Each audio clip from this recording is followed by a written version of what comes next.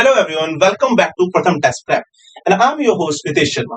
So in this video students, we are talking particularly about quantity aptitude. तो बच्चे हम बात करें अगर क्वांटिटेटिव एप्टीट्यूड की तो इसमें बहुत सारे आपके इंपॉर्टेंट टॉपिक होते हैं जो आपके बहुत सारे अच्छे एंट्रेंस एग्जाम में पहुंचे जाते हैं। फॉर एग्जाम्पल बच्चे बात करें अगर सीयूटी की या फिर जितने भी आपके मैनेजमेंट एग्जाम हो या फिर ऐसे जितने भी एग्जाम जिसमें आपसे एप्टीट्यूड पूछा जाता है उसमें आपको पक्का वहां पे क्यूए पूछा जाता है।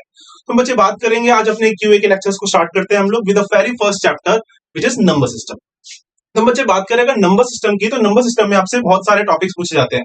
For example types of numbers हो गया या फिर हम बात करें यहाँ पे एचसीएफ एलसीएम की या फिर डिविजिबिलिटी रूल्स हो गए हमारे या फिर आपका रिमाइंडर्स हो गया। तो आज की हम फर्स्ट वीडियो में कुछ ऐसी कॉमन टॉपिक्स को डिस्कस करने वाले, ठीक है।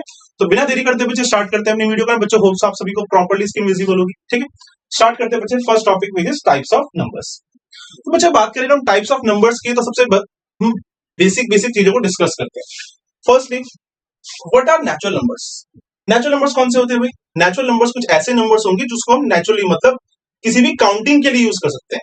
तो नेचुरल नंबर्स क्या होंगे हमारे विच इज 1 2 3 4 सो ऑन इंफिनिटी। तो बच्चे बात करें नेचुरल नंबर्स की तो उसको हम डिनोट किस सिंबल के थ्रू करते हैं विच इज कैपिटल एन, ठीक है। नेक्स्ट हम बच्चे बात करते हैं सेकंड आर होल नंबर्स। तो होल नंबर्स का मतलब क्या होगा कि आप अब चीजों को अच्छी तरीके से और ज्यादा काउंट कर पाओगे। फॉर एग्जांपल मैंने बोला आपके पास 3 फ्रूट्स थे और किसी सेकंड पर्सन ने आके आपसे तीनों फ्रूट्स ले लिए, तो आपके पास कितने फ्रूट्स बचे? आपके पास एक भी नहीं बचा, तो कितने बचे? 0। तो विच मींस हम बात करेंगे बच्चे होल नंबर्स की, तो होल नंबर्स आपके पास एक नंबर और ऐड हो जाएगा विच इज 0। सो 0 1 2 3 ऑन इंफिनिटी। होल नंबर्स को बच्चे हम कैसे डिनोट करते हैं with the help of L, ठीक है। Next, so what are integers. Integers क्या होते हैं भाई? इंटीजर्स कुछ ऐसे नंबर्स होंगे जहां पे आपके नेचुरल नंबर्स भी होंगे और नेगेटिव ऑफ नेचुरल्स भी होंगे। इसको मैं बोल सकते हैं कि नेगेटिव ऑफ नेचुरल्स 0 एंड आपके पास नॉर्मल आपके नेचुरल नंबर्स भी कंसीडर करे जाएंगे। अगर हम बच्चे बात करें इंटीजर्स की तो हम डिनोट कर सकते हैं ऐसे विद द हेल्प ऑफ आई या फिर जेड भी बहुत बार बुक्स में आपके लिखा होता है एनसीईआरटी वगैरह, ठीक है। नेक्स्ट बच्चे हम बात करते हैं another important type of number which is rational number. तो बच्चे बात करें अगर रैशनल नंबर्स की, रैशनल नंबर्स कौन से नंबर्स होते हैं? हम सभी ने पढ़ा है बचपन में भाई रैशनल नंबर्स का मतलब क्या होता है? कुछ ऐसे नंबर्स जिनको हम फ्रैक्शन फॉर्म में लिख सकते हैं which is written in the form of p by q where q is not equals to 0। और एक और चीज हमने पढ़ी है यहाँ पे जो आपके p and q होंगे दोनों कौन से नंबर्स होंगे? आपके दोनों के दोनों इंटीजर्स होंगे। p and q belongs to integers। हम सभी को इतना तो अच्छे से पढ़ा हुआ, ठीक है। नेक्स्ट मुझे बात करेगा कुछ एग्जांपल्स की, तो आप मुझे बता सकते हो क्या 0 एक रैशनल नंबर है क्या? सोचिए थोड़ा सा इसके बारे में, क्या 0 एक रैशनल नंबर है? अब बहुत बच्चों के दिमाग में भी चल रहा होगा क्या पर 0 तो लिखा हुआ है बट क्या इसकी फ्रैक्शन फॉर्म है? बिल्कुल, देखो फ्रैक्शन फॉर्म इसकी बन सकती है। कैसे? अगर मुझे बात करें 0 की तो हमें पता है बचपन से 0 को आप किसी भी नंबर से डिवाइड करो इसकी वैल्यू कितनी बनने वाली है? 1 सेकंड 0 बनने वाली है। तो इसका मतलब 0 बाय 1 की वैल्यू कितनी होगी? 0। तो मैं 0 को 0 बाय 1 भी लिख सकता हूं। और अगर मैं किसी भी नंबर को फ्रैक्शन फॉर्म में लिख सकता हूं अगर दोनों नंबर्स इंटीजर्स हैं और नीचे वाला इक्वल टू 0 नहीं है तो इसका मतलब नंबर क्या बन जाएगा आपका? रैशनल। तो विच मींस 0 क्या होगा आपका? एक रैशनल नंबर पॉसिबल, ठीक है। नेक्स्ट, आप सभी ने बहुत बार अपने क्लास 9 10th में एक सिंबल का यूज किया होगा which is pi. So what is the value of pi? आप सभी को पता है भाई पाई की वैल्यू हम लोग बेसिकली कंसिडर करते हैं 22/7। बट अगर क्वेश्चन स्पेसिफिक लिखा हुआ है आपको कि आपको पाई की वैल्यू कंसिडर करनी है 3.14 तो आप वहां पे क्या यूज करते हो? 3.1, ओके। अब आप मुझे बताओ क्या पाई एक रैशनल नंबर है? Is pi is a rational number? Obviously no. क्यों? क्योंकि हमें जो लगता है कि भाई 22/7 इसकी फ्रैक्शन वैल्यू है बट क्या ये पाई की एक्चुअल वैल्यू है क्या? बिल्कुल भी नहीं है। ये क्या है? इसकी अप्रोक्सीमेट वैल्यू। तो अप्रोक्सीमेशन के बेस पे हम इसे बिल्कुल भी रैशनल नहीं बोल सकते। और जो इसकी फैक्चुअल वैल्यू है जो एक्चुअल इसकी वैल्यू कितनी है? 3.142857। तो क्या ये वैल्यू कभी भी टर्मिनेट कर रही है क्या? बिल्कुल भी टर्मिनेट नहीं कर रही। क्या ये वैल्यू रिपीट कर रही है बार बार? रिपीट भी नहीं कर रही। इसका मतलब क्या है? ये बिल्कुल भी आपके रैशनल वाले टर्म्स पे कंडीशन को वेरीफाई नहीं करती। तो इसका मतलब पाई क्या हो जाएगा हम लोगों के लिए? Irrational number. तो कभी भी कोई अगर कोई आपसे पूछे कि what about pi, is it a rational और इररेशनल, तो इसका मतलब क्या होगा? पाई आपका एक इररेशनल नंबर होगा। उसकी जस्टिफिकेशन सिंपल सी कि जो उसकी फ्रैक्शन वैल्यू है वो क्या है? ये अप्रोक्सीमेट वैल्यू है बट उसकी एक्चुअल वैल्यू है विच इज 3.142857 वो क्या है आपकी? नॉन टर्मिनेटिंग और नॉन रिकरिंग वैल्यू। तो इसका मतलब क्लियर है आप सभी को, ठीक है। नेक्स्ट बच्चे एक और चीज आपसे एक छोटा सा क्वेश्चन पूछता हूं आप लोगों से, क्या आप मुझे बता सकते हैं कि 0.28 क्या ये एक रैशनल नंबर होगा या नहीं होगा? 0.28 क्या ये एक रैशनल नंबर होगा या नहीं होगा? सोचिए थोड़ा सा। हम सभी को पता है जब कभी भी हम बात करते हैं रैशनल्स की तो बेसिकली नंबर्स को फ्रैक्शन फॉर्म में हमें कन्वर्ट करना आना चाहिए। तो क्या ये फ्रैक्शन में कन्वर्ट हो सकता है? बिल्कुल कन्वर्ट हो सकता है। हम क्या बोल सकते हैं? 28/100। दोनों नंबर्स क्या है आपके? इंटीजर्स। डिवाइड में क्या नहीं है आपका? जीरो नहीं है, तो इसका मतलब नंबर क्या बन जाएगा आपका? Rational. Okay, but what about this? अगर लिखा हुआ है 0.28 but there is a bar on 8, so what is the meaning of this bar? Bar का मतलब क्या होगा? बार का मतलब आप सभी ने पढ़ा है क्लास 9-10 में, नंबर आपका बार बार रिपीट हो रहा होगा। तो अगर मुझे बोलना है कि भाई इस नंबर की फ्रैक्शन फॉर्म क्या होगी, तो क्या आप बता सकते हो मेरे को क्या होगी इसकी फ्रैक्शन फॉर्म? बिल्कुल बता सकते हो, बट हाँ, आपने जो मेथड पढ़ा होगा क्लास 9th और 10th में, वो हो सकता है माइट भी थोड़ा सा लेंथी रहा हो या फिर आप लोग भूल गए हो। तो उन सब चीजों को फटाफट से सॉल्व करने के लिए एक छोटा सा तरीका भी हम लोग पास। क्या? लेट अस सपोज हम यहाँ पे दो चीजें करते हैं। अब देखो कंडीशंस दो पॉसिबल है आपके पास, या तो हो सकता है कि जो नंबर्स लिखे हैं इन दोनों नंबर्स पे बार हो, या फिर 28 पे, या फिर किसी भी एक नंबर पे बार हो। तो हम दोनों कंडीशंस को आराम से समझते हैं। लेट अस सपोज अगर नंबर होता 0.28 और बार है दोनों पे, तो इसको अगर शॉर्टकट तरीके से कन्वर्ट करना है मुझे इन द फ्रैक्शन फॉर्म, तो तरीका क्या बनेगा? सिंपल सा, जो नंबर आपको विजिबल है, जैसे कि यहाँ पे नंबर क्या लिखा हुआ है? 28। अब 28 को एज इट इज लिख दो 28। नेक्स्ट बच्चे हम बात करें कि अगर मुझे इसके फ्रैक्शन फॉर्म चाहिए थी, तो मतलब डिनोमिनेटर भी चाहिए होगा। इसके डिनोमिनेटर को बनाने के लिए फ्रैक्शन में सिंपल सा तरीका, जितने भी नंबर्स हैं, जितने भी नंबर्स के ऊपर बार है उतने ही बार 9 लगा दो।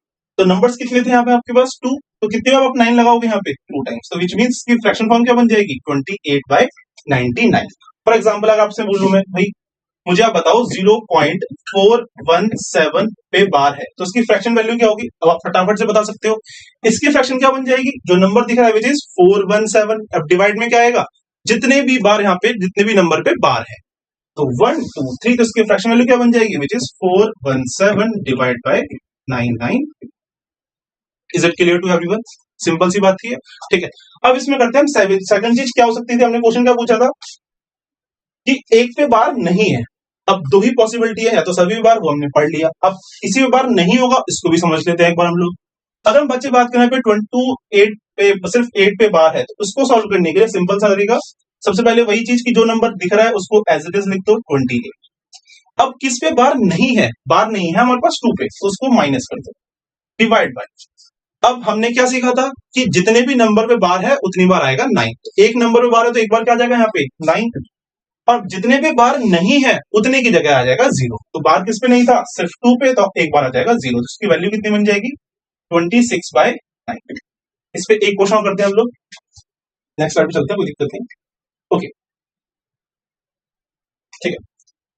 तो अगर मैं आपको क्वेश्चन बोलूं भाई क्वेश्चन सॉल्व कीजिए विच इज 0.417 और बार है सिर्फ 17 पे, तो इसकी वैल्यू क्या आएगी? निकालना आप लोग एक बार फटाफट से, 1 मिनट लीजिए, आराम से सॉल्व कीजिए, बताइए इसका आंसर क्या आएगा। जब तक मैं पानी पीता सॉल्व कीजिए फटाफट से, बताइए।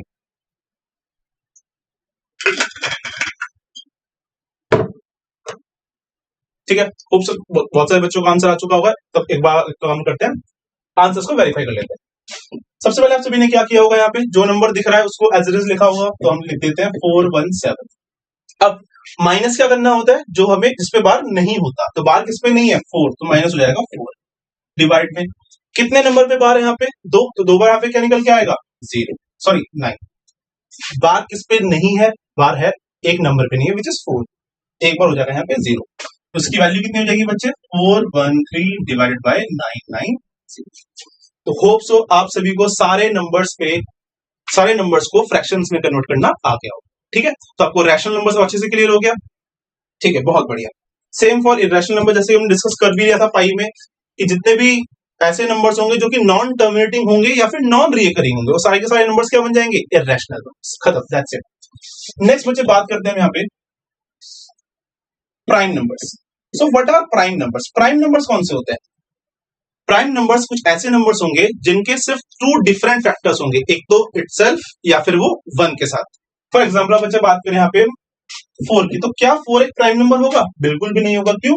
क्योंकि इसके 3 फैक्टर है, एक तो 1 भी है, 4 तो है ही, बट साथ में 2 भी आ गया। अगर 1 4 होता सिर्फ तो बन जाता प्राइम, बट 2 भी आ गया तो 2 से ज्यादा डिफरेंट फैक्टर निकल के आ गया, इसका मतलब क्या नहीं होगा, ये प्राइम नंबर नहीं होगा। तो अब चाहो तो हम बात कर सकते हैं कि स्टार्टिंग का फर्स्ट नंबर क्या होगा आपका prime, which is 2। Next prime number कौन सा होगा, 3, फिर होगा 5, फिर होगा 7, देन 11, देन 13, सो ऑन चलता रहेगा। ठीक है, अब प्राइम नंबर्स का एक छोटा सा नोट लिख सकते हो लिखने के लिए, विच इज जितने भी प्राइम नंबर्स हैं, जितने भी आपके प्राइम नंबर्स हैं, they can be converted into the form of 6k plus minus 1।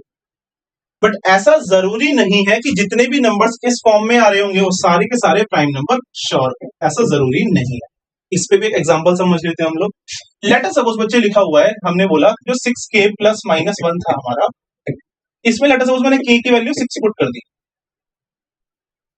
अगर मैं k की वैल्यू 6 पुट करूंगा तो मुझे कितने आंसर मिलेंगे यहाँ पे, दो। अब दो आंसर क्यों मिलेंगे, क्योंकि भाई एक तो बार हम प्लस का यूज करेंगे, एक बार हम माइनस को यूज करेंगे। अगर बच्चे मैं प्लस का यूज करूं तो क्या बन जाएगा, 6 इंटू 6 विच इज 36। एक बार +1 होगा, एक बार क्या होगा माइनस। दोनों को सॉल्व करते हैं, एक से आया 37, एक से आएगा 35। अब आप मुझे खुद ही बताओ, क्या 37 एक प्राइम नंबर है, बिल्कुल है। बट क्या 35 एक प्राइम नंबर है, क्या नहीं है प्राइम नंबर। क्यों नहीं है, क्योंकि इसके फैक्टर्स बहुत सारे हैं, विच इज 1 भी है, 5 भी है, 7 भी है, इटसेल्फ 35 भी है। तो इसका मतलब सिंपल सी बात, जितने भी प्राइम नंबर्स हैं वो सारे के सारे इस फॉर्म में कन्वर्ट हो सकते हैं, बट जरूरी नहीं है कि जितने भी नंबर्स इस फॉर्म में आ रहे होंगे वो सारे सारे क्या होंगे, प्राइम नंबर्स। तो होप्स आप सभी को प्राइम नंबर्स अच्छे से क्लियर हो गया होगा। ओके ठीक है, नेक्स्ट बच्चे डिस्कस करते हैं इसी टॉपिक को कंटिन्यू करते करते। Next which is composite numbers. So what are composite numbers. Composite numbers कौन से होते हैं भाई, प्राइम्स के जस्ट अपोजिट टाइप ऑफ, कि अगर नंबर के दो से ज्यादा डिफरेंट फैक्टर्स हैं तो सारे के सारे नंबर्स क्या होंगे, कंपोजिट नंबर। फॉर एग्जांपल हम बात करें अगर 4 की, तो क्या 4 एक कंपोजिट नंबर होगा, बिल्कुल। क्यों, क्योंकि इसके दो से ज्यादा डिफरेंट फैक्टर्स हैं, विच इज 1, 2 एंड 4। तो तीन इसके डिफरेंट फैक्टर्स, तो क्या बन गया, एक कंपोजिट नंबर। तो क्या हमारा 2 एक कंपोजिट नंबर होगा, नहीं होगा, बिल्कुल नहीं होगा। तो क्या हमारा 1 एक कंपोजिट नंबर होगा, नहीं होगा। और 1 क्या भी नहीं होगा, ये प्राइम नंबर भी नहीं होगा। तो 1 is neither prime and nor composite. ठीक है, नेक्स्ट हम लास्ट में डिस्कस करते हैं यहाँ पे टाइप्स ऑफ नंबर्स में, लास्ट विच इज को प्राइम नंबर्स, क्योंकि ये वन ऑफ द इंपॉर्टेंट होने वाला है आप लोगों के लिए पूरे नंबर सिस्टम में। अब को प्राइम नंबर का मतलब ये बिल्कुल भी नहीं है जरूरी कि दोनों के दोनों प्राइम नंबर से ही एक पेयर बनेगा।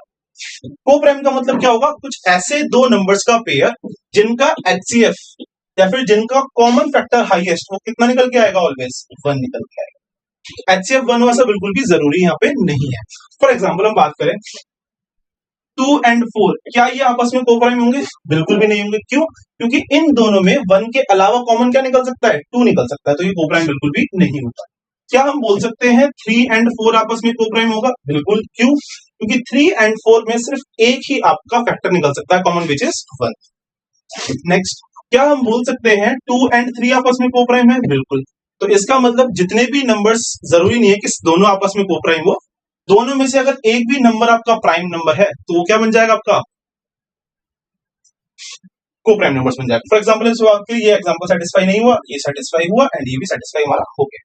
तो आपको बेसिक अंडरस्टैंडिंग मिल चुकी होगी अच्छे से अपने टाइप्स ऑफ नंबर्स की। ठीक है, चलते बच्चे नेक्स्ट पार्ट पे, which is divisibility rules.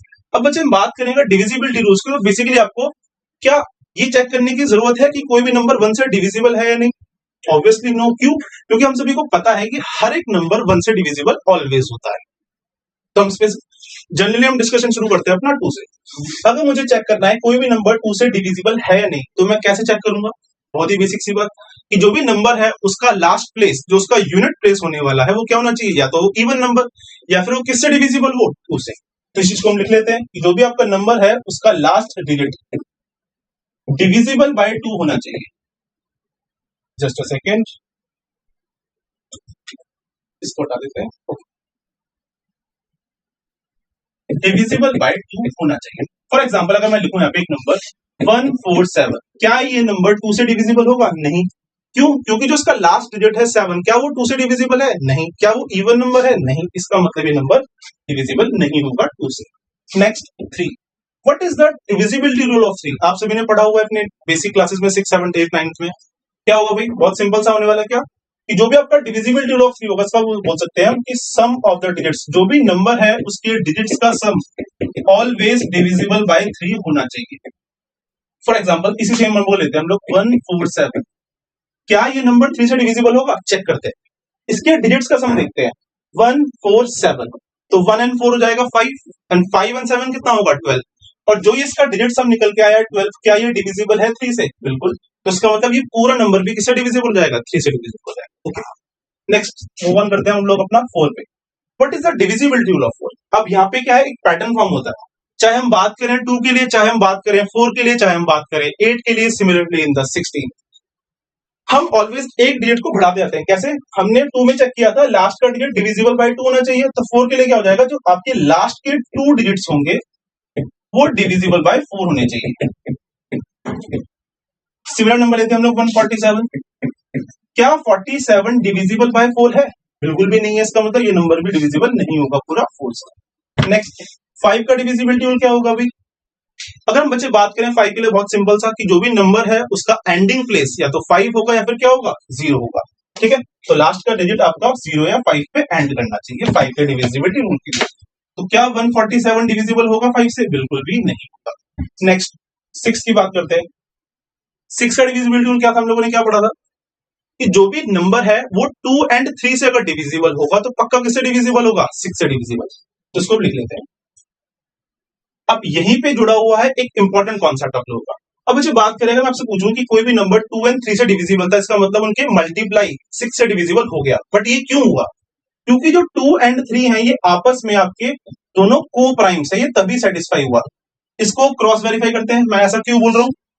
Let us suppose मैंने बोला कि कोई भी नंबर 2 and 8 दोनों से डिविजिबल है, तो क्या ये नेसेसरी है कि वो नंबर 16 से भी डिविजिबल होगा? ऑब्वियसली नहीं है। एग्जांपल ले लेते हैं हम लोग इसका।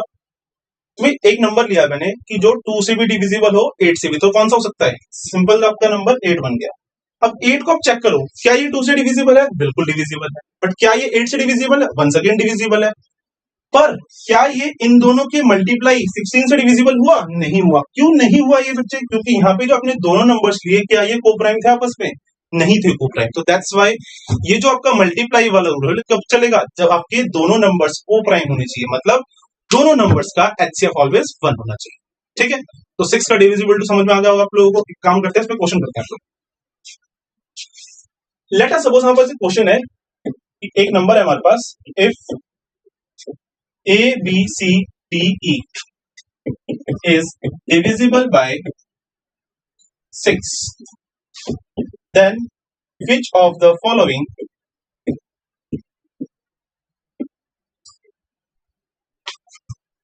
not necessarily divisible by 6? Option लिख देता हूं आप लोगों के लिए। ऑप्शन है बच्चे, सबसे पहले EDBCA, ऑप्शन बी है आपके पास EEEEE, नेक्स्ट ऑप्शन सी है आपके पास EEDDCCDBAA, option D none of this. अब यहाँ पे आपके मल्टीपल ऑप्शंस भी इनकरेक्ट हो सकते हैं। ठीक है, तो आप लोग थोड़ा सोचिए इसके बारे में कि कौन सा ऑप्शन आपका ऑलवेज डिविजिबल नहीं होगा 6 से। चेक कीजिए एक बार आप लोग, क्या आंसर आएगा इसका बताओ मुझे, बताइए। थोड़ा सोचिए इस क्वेश्चन के बारे में आप लोग।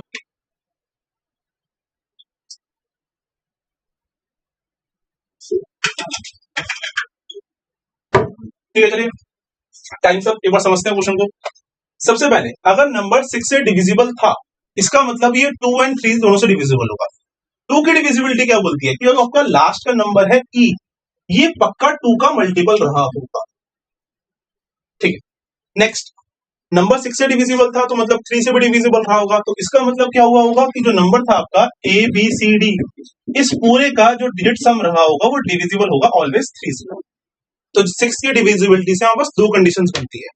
अब अगर बच्चे हम बात करें इस पूरे कंक्लूजन की, तो इसमें हम ऑप्शंस को लगाते हैं। सबसे पहली बात करते हैं ऑप्शन ए की। अब ऑप्शन ए में क्या हमें पक्का पता है कि जो आपका ए है ये डिविजिबल बाय 2 है? 3 की डिविजिबिलिटी तो बात की बात रही। तो क्या ये नंबर ऑलवेज एंड करेगा इवन पे? नेसेसरी बिल्कुल भी नहीं है। तो मतलब ऑप्शन ए हो सकता है हमारा गलत।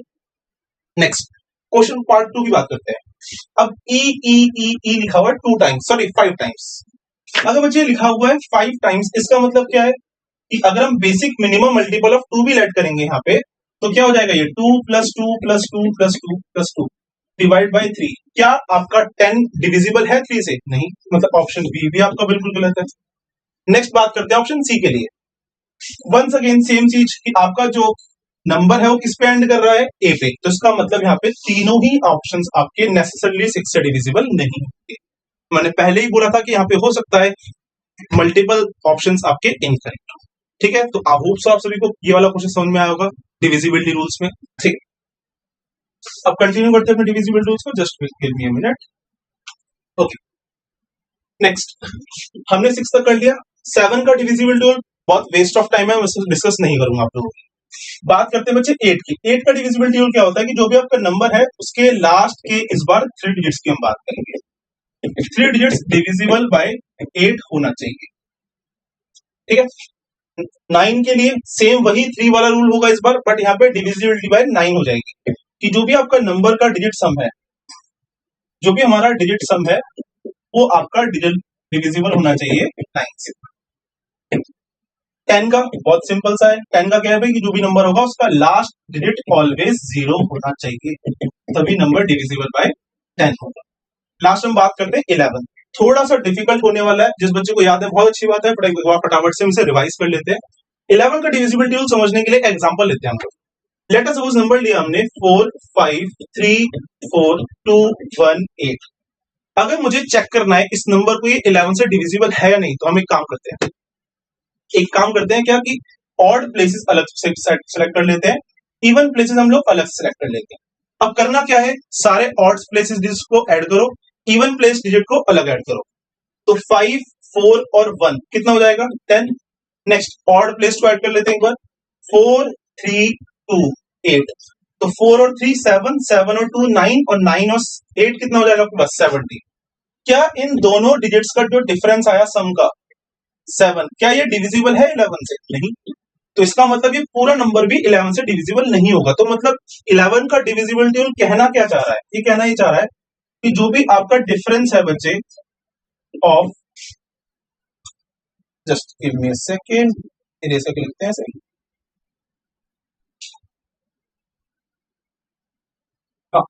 Difference of sum of even and odd placed digits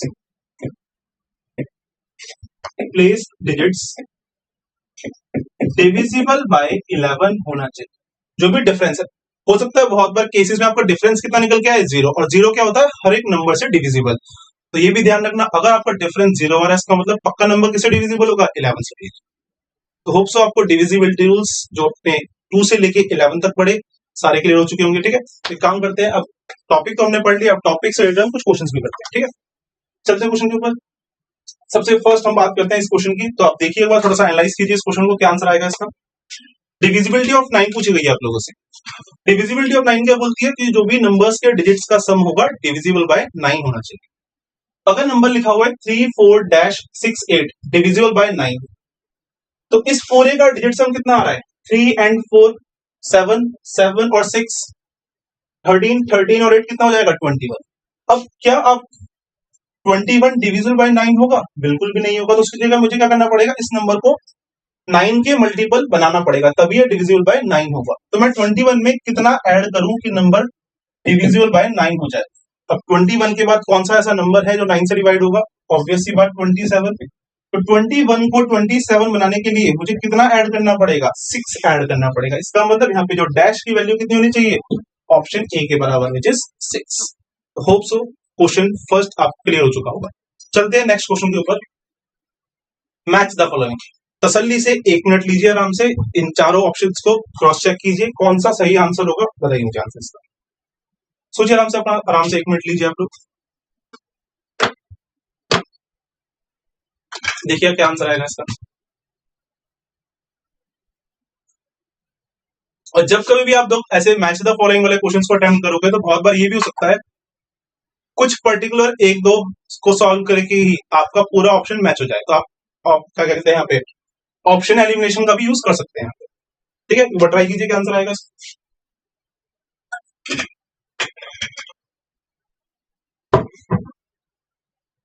हो सकता है बहुत सारे बच्चों का बहुत इंस्टेंटली आंसर आ गया होगा, किसी का नहीं आया होगा, कोई दिक्कत नहीं। देखो सबसे पहले आपको किस किस की डिविजिबिलिटी चेक करनी है। आपको डिविजिबिलिटी चेक करनी है 11 की, 5 की, 4 की एंड 3 की।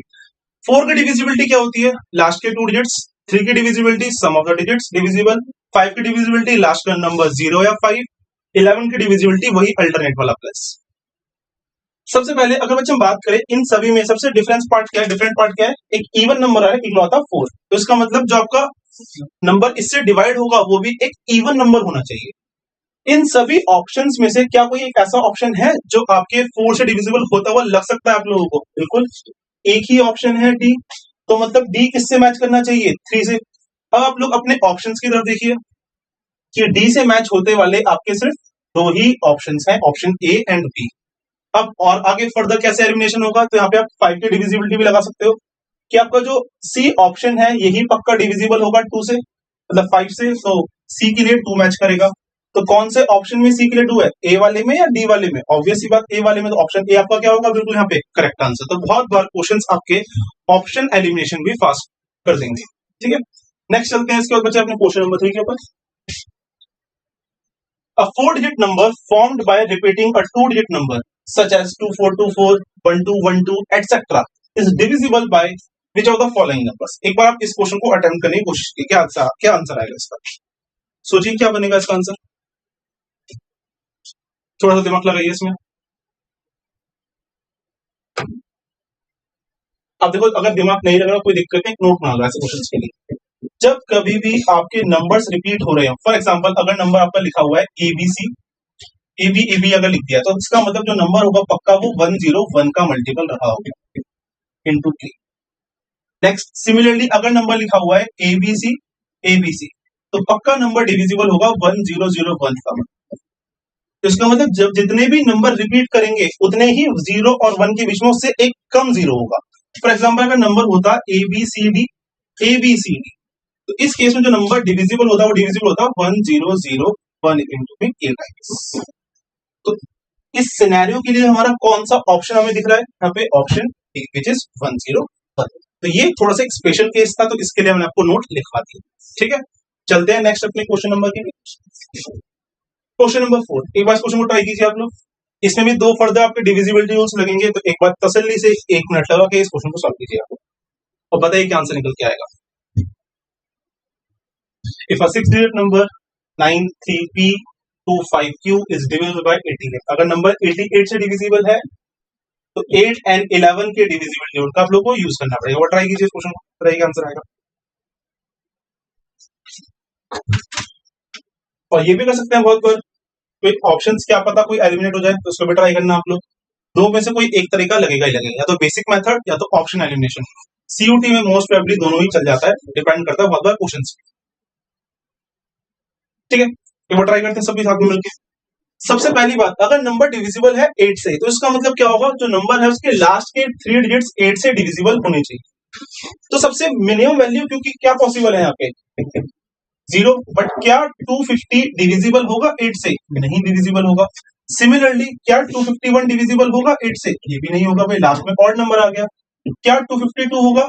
ये भी डिविजिबल नहीं होगा। क्या 253 होगा? नहीं हो सकता क्योंकि लास्ट में ऑड आ गया। 254 डिविजिबल होगा 8 से?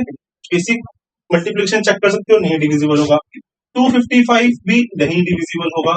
तो क्या हम बात कर सकते हैं 256 की? बिल्कुल, 256 आपका डिविजिबल होगा 8 से। अगर बच्चे 256 डिविजिबल है, इसका मतलब क्यू की वैल्यू कितनी निकल के आई आपकी?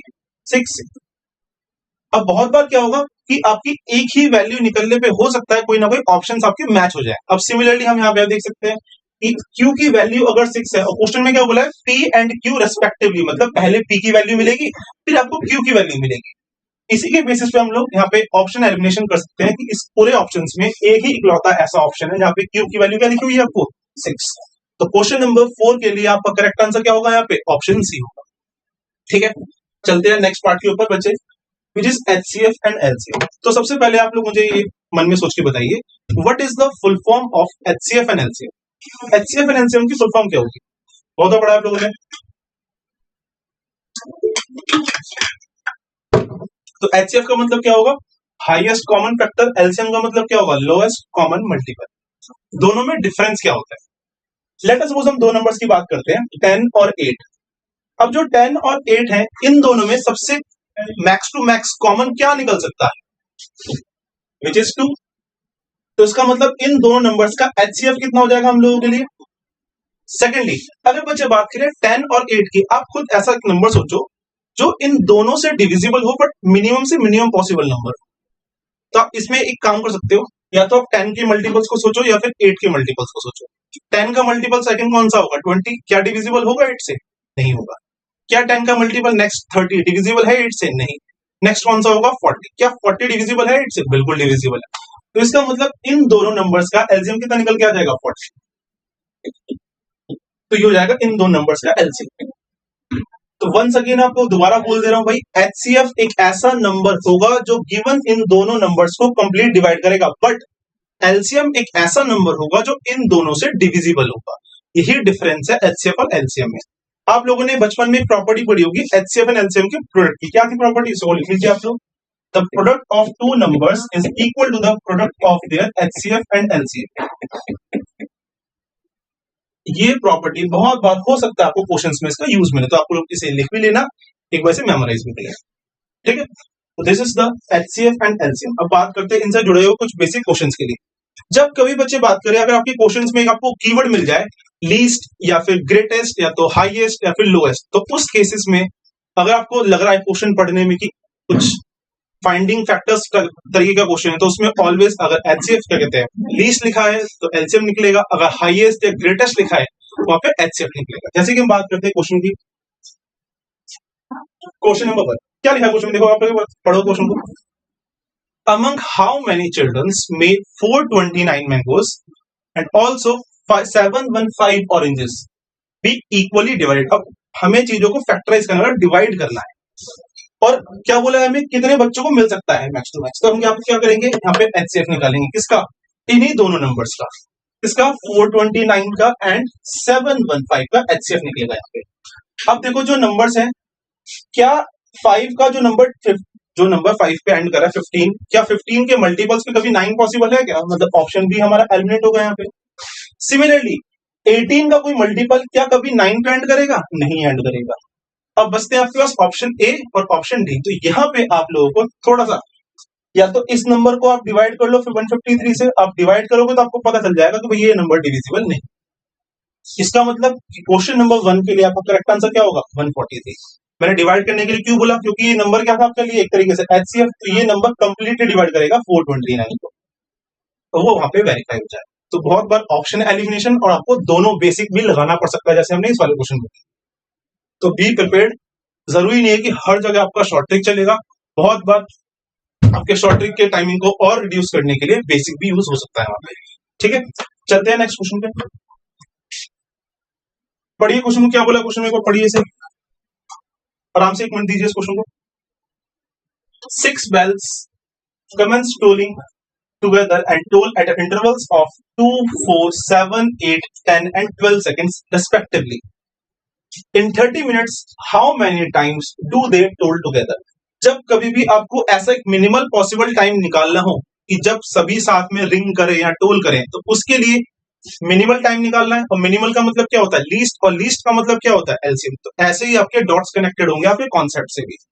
तो इसका मतलब हमें इन सभी इंटरवल्स का एलसीएम निकालना है। तो आप क्या करोगे 2, 4, 7, 8, 0, 10 और 12 का एलसीएम निकालोगे। तो बच्चे आप जब आप एलसीएम निकालोगे यहाँ पे, तो आपका एलसीएम निकल के आएगा 840, और ये वैल्यू सारी किसमें है सेकंड्स में, ठीक है। अब बच्चे बात करें यहाँ पे एलसीएम आपका 840 सेकंड्स से निकल के आ गया, बट क्वेश्चन में क्या पूछा है कि टोटल 30 मिनट्स में कितने बार ये आपस में टोल करेगा, मतलब कितनी बार बचेगा। तो अगर हम बात करें 840 सेकंड्स और ये लिखा है 30 मिनट्स, तो एक काम करते हैं इन दोनों को सेम यूनिट्स में कन्वर्ट कर लेते हैं। एक मिनट में कितने सेकंड्स होते हैं 60 सेकंड्स। तो 30 को मल्टीप्लाई कर दो 60 से, तो कितना बन जाएगा आपके पास 1800 सेकंड्स। और ये एक बार कितने बार को हो रहा है 840 सेकंड्स में, तो नंबर ऑफ टाइम्स कितनी बार टोल कर रहा है, तो दोनों को आपस में डिवाइड कर दो, विच इज 1800 डिवाइड बाय 840। तो 0 से 0 कैंसिल। आप रफली यहाँ पे आइडिया लगा सकते हो कि 80 का अगर हम 2 टाइम्स मल्टीप्लाई करते हैं तो 160 बनता है। और 3 टाइम्स जाने के लिए ऊपर वाली वैल्यू को 240 से एक्स्ट्रा होना पड़ता है, बट वैल्यू क्या है उससे कम, तो अप्रोक्सीमेटली कितने में डिविजिबल होगा ये 2 टाइम्स इंटीजर टाइम्स। तो इसका मतलब सिर्फ ये 2 बार ही ऐसा होगा कि जब ये दोनों सभी साथ में डोल कर रही होंगी इन 30 minutes of time. Option D is the correct answer question number. Clear आप लोगों को? आराम से देख लीजिए, जो भी डाउट लगता है आप लोग फर्दर भी हमसे थ्रू क्वेरी सेक्शन पूछ सकते हैं अपने डाउट्स। ओके, चलते हैं इसके बाद नेक्स्ट क्वेश्चन के ऊपर। Just give me a second. Question number 9, इसको सॉल्व कीजिए आप लोग। क्या बताइए क्या आंसर आएगा? आराम से पढ़िए एक बार क्वेश्चन को। The LCM of two numbers is 28 times their HCF. The sum of their HCF and LCM is 1740. If one of the numbers is 240, then find the other number. देखो क्वेश्चन तो बहुत simple सा लिखा हुआ है। LCM HCF में एक relation दे दिया, दोनों का सम भी दे दिया, एक नंबर भी दे दिया, सेकंड नंबर डालना है। तो यहाँ पे क्या प्रोडक्ट वाली प्रॉपर्टी का यूज होगा? बिल्कुल भी यूज नहीं होगा। आपको सिर्फ बेसिक कॉन्सेप्ट पे ध्यान देना है। अगर बोला हुआ है कि LCM 28 टाइम्स ऑफ HCF है, तो लिख लो कि L is equals to 28 times of H। And आप लोगों को इन दोनों का सम बोला हुआ है, HCF एंड LCM का सम दे रखा है हम लोगों को कितना 1740। तो इसका मतलब हम बोल सकते हैं L की value in the terms of H लिख सकते हैं। यहाँ पे H लिख लेते हैं। यहाँ पे कितना बन जाएगा आपके पास? कि भाई आ जाएगा आपके पास 28 और 1 कितना हो जाएगा 29। L sorry H is equals to 1740। यहाँ से H की वैल्यू निकाल सकते हैं हम लोग 1740 डिवाइड बाय 29। अब ये नंबर 29 का मल्टीपल है, ठीक है, तो फटाफट से काम करते हैं, तो डिवाइड कर लेते हैं। जैसे 1740 डिवाइड बाय 29, तो 29 के टेबल में कितना टाइम्स जाएगा ये 3 4 5 5, हाँ 5 अप्रोक्सीमेटली जाएगा, 5 से 6 नहीं हो पाएगा। तो 29 इंटू 5 कितना हो जाएगा हमारे पास 290 का हाफ 145 140। एक सेकेंड कुछ मिस्टेक होती है, 5 इंटू 9 कितना हो जाएगा 45 का 4, 5 इंटू 2 145 होगा। तो मतलब एक बार और यूज कर सकते हैं इसे हम। 20 का लिखा था मैंने, 9 लिखा था ना, तो 13, हाँ ठीक है एक बार और यूज कर सकते हैं इसे। तो इसको हम 29 इंटू 6 करके देखते हैं एक बार कितना बन जाएगा ये 6 इंटू 9 54 का 5 5 इंटू 6 इंटू 2 12 12 और 5 174। कंप्लीटली डिविजिबल है भाई इससे। तो ये कितना टाइम 60, तो इसका आंसर आ जाएगा यहाँ से 60। H की वैल्यू आ गई आपकी 60। अगर आपका बच्चे H 60 है तो L क्या हो जाएगा 28 टाइम्स ऑफ 60, ठीक है। अब क्वेश्चन में क्या बोला है कि if one of the numbers is 240, तो सेकंड नंबर क्या होगा मैं निकालना है। हमें H पता है, H है 60, LCM कितना होगा 28 टाइम्स, तो 28 times of 60 the product of two numbers use करना पड़ा हमें, क्यों कॉन्सेप्ट बोल रहा है। सेकंड वो क्या बोला है कि if one of the numbers, अगर दोनों में से एक नंबर आपको 240 बोल दिया तो सेकंड नंबर क्या होगा ये आप इसको एक्सलेट कर लो। तो हम बेसिकली सिंपल कट कर सकते हैं, 0 से 0 कैंसिल कर दिया, 6 के टेबल से कट कर दो इसे 4 टाइम्स, 4 के टेबल से कट कर दो इसे 7 टाइम्स, तो 7 इंटू 60 कितना हो जाएगा आपके पास 420 इज इक्वल टू x। मतलब सेकंड नंबर हमारा 420 होना चाहिए। क्या कोई ऑप्शन है? बिल्कुल ऑप्शन है। कौन सा ऑप्शन है भाई? Option D. तो बहुत बार आपका जो क्वेश्चन होगा वो उसके पूरे सॉल्विंग मेथड में भी डिपेंड करेगा कि आपका कौन सा मेथड वहां पे यूज होने वाला है। सो होप सो आप सभी को ये क्वेश्चन अच्छे से क्लियर हो गया होगा, ठीक है। चलते बच्चे नेक्स्ट पार्ट के ऊपर। अब क्वेश्चन नंबर 11 ट्राई कीजिए एक बार। क्वेश्चन में क्या बोला है find the greatest number. Hint क्या मिली हमें HCF निकालना है, ठीक है। कंटिन्यू कीजिए एक बार, बताइए क्या आंसर आएगा इसका, सोचिए थोड़ा सा। That will divide 478 and 719 leaving the remainders 2 and 5 respectively। सोचिए आप तसल्ली से सोचिए इस क्वेश्चन का क्या आंसर आएगा। 30 सेकंड आप लोगों के लिए करिए सॉल्व, क्या आंसर आएगा इसका।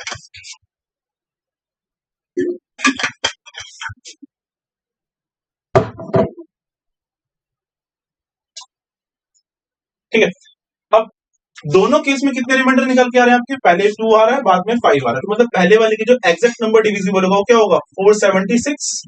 सेकेंडरी रिमाइंडर कितना होगा 5, तो इसमें से -5 कर दो तो नंबर कितना बन जाएगा 714।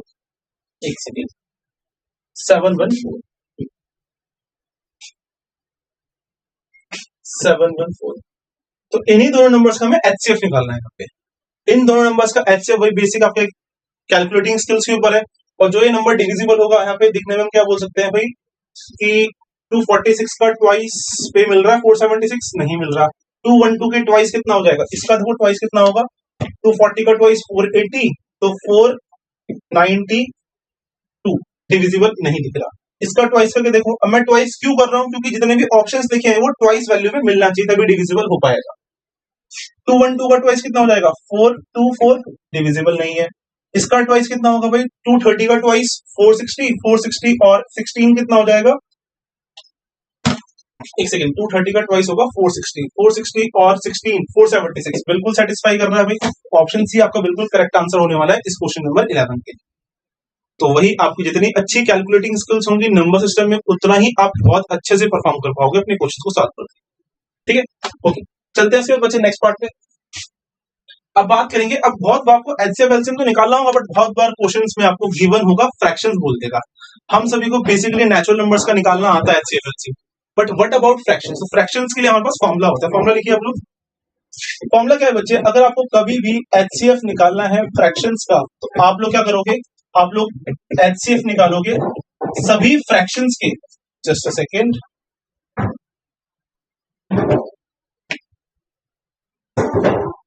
सभी फ्रैक्शंस के न्यूमरेटर का डिवाइड करोगे इस पूरे वैल्यू को LCM of the all of the denominators. Similarly formula है हमारे पास एलसीएम के लिए भी, सेम वे में ही है कि जो आपसे पूछा हुआ है उसको ऊपर लिखो। एलसीएम पूछा तो एलसीएम को ऊपर लिखते हैं, which is LCM of all the numerators. क्या नहीं पूछा एचसीएफ, उसको नीचे लिखो, which is HCF of all the denominators. इस चीज को और अच्छे से समझने के लिए हम इस पे 2-3 क्वेश्चंस करते हैं। आप फटाफट से पहले इसका फॉर्मूला नोट डाउन कर लीजिए। आप सभी हो गया आप लोगों का फॉर्मूला नोट डाउन? ठीक है, चलते हैं 1-2 क्वेश्चंस करते हैं इसमें भी हम लोग। बहुत ज्यादा इन डेप्थ वाली बात नहीं है, बेसिक सा फॉर्मूला है, कुछ क्वेश्चंस प्रैक्टिस कर लेते हैं इसमें। क्वेश्चन नंबर 3 एक बार ट्राई कीजिए, क्या आंसर आएगा इसका। What is the LCM of all this fractions? LCM निकालना है 1/4 का, 5/8 का, 1/3 का एंड 3/16 का। बताइए क्या आंसर आएगा। अगर आपको एलसीएम निकालना है तो नीचे क्या होना चाहिए, नीचे वाले सभी नंबर्स का आपके पास निकल के आना चाहिए एचसीएफ, अपोजिट होता है नीचे वालों के लिए। अब खुद देखो 4, 8, 3, 16, क्या 4 और 3 में कुछ कॉमन निकलेगा आपका? तो मतलब एचसीएफ नहीं निकल सकता, तो एचसीएफ कितना आएगा 1। और इन सभी ऑप्शंस में कहां पे डिवाइड बाय ओनली 1 है? ऑप्शन ए में ही है। तो बहुत बार हार्ड वर्क के साथ स्मार्ट वर्क भी जरूरी होगा। ये कहां से डेवलप होगा? ये आपके प्रैक्टिस से। जितने ज्यादा आप लोग घर पे होम असाइनमेंट्स करेंगे, जितनी ज्यादा प्रैक्टिस करेंगे, उतनी ज्यादा इन सब चीजों की आपकी स्किल डेवलप होगी।